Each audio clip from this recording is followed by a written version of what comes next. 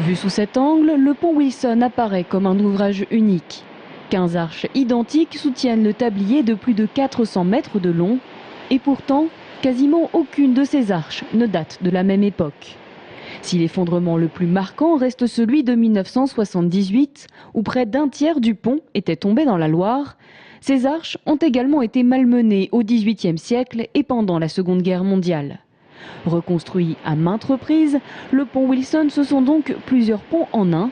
Et c'est bien en cela que le chantier du tramway s'annonce complexe. On a une succession d'ouvrages reconstruits à chaque fois avec les techniques de l'époque où il a été reconstruit, ce qui fait qu'on a une certaine difficulté à appréhender exactement le déroulement des travaux. On a eu en cours encore la semaine passée un certain nombre de sondages, on a creusé pour essayer justement d'en savoir plus sur cet ouvrage. Dans quelques jours, les travaux débuteront sur la partie ouest du pont. Première étape, défaire entièrement la chaussée existante et dévier les réseaux. Fin mars, les équipes attaqueront la partie est pour qu'en septembre, le pont soit prêt à accueillir les rails. Fin du chantier prévu dans un an, le tram devant emprunter le pont Wilson pour la première fois en mars 2013. Mais le pont de pierre le supportera-t-il ?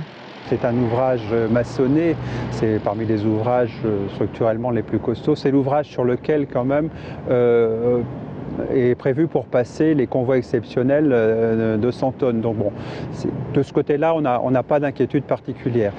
Le principal challenge, c'est donc de tenir le calendrier malgré les multiples contraintes, notamment celle de travailler sur un ouvrage classé au cœur du patrimoine mondial de l'UNESCO.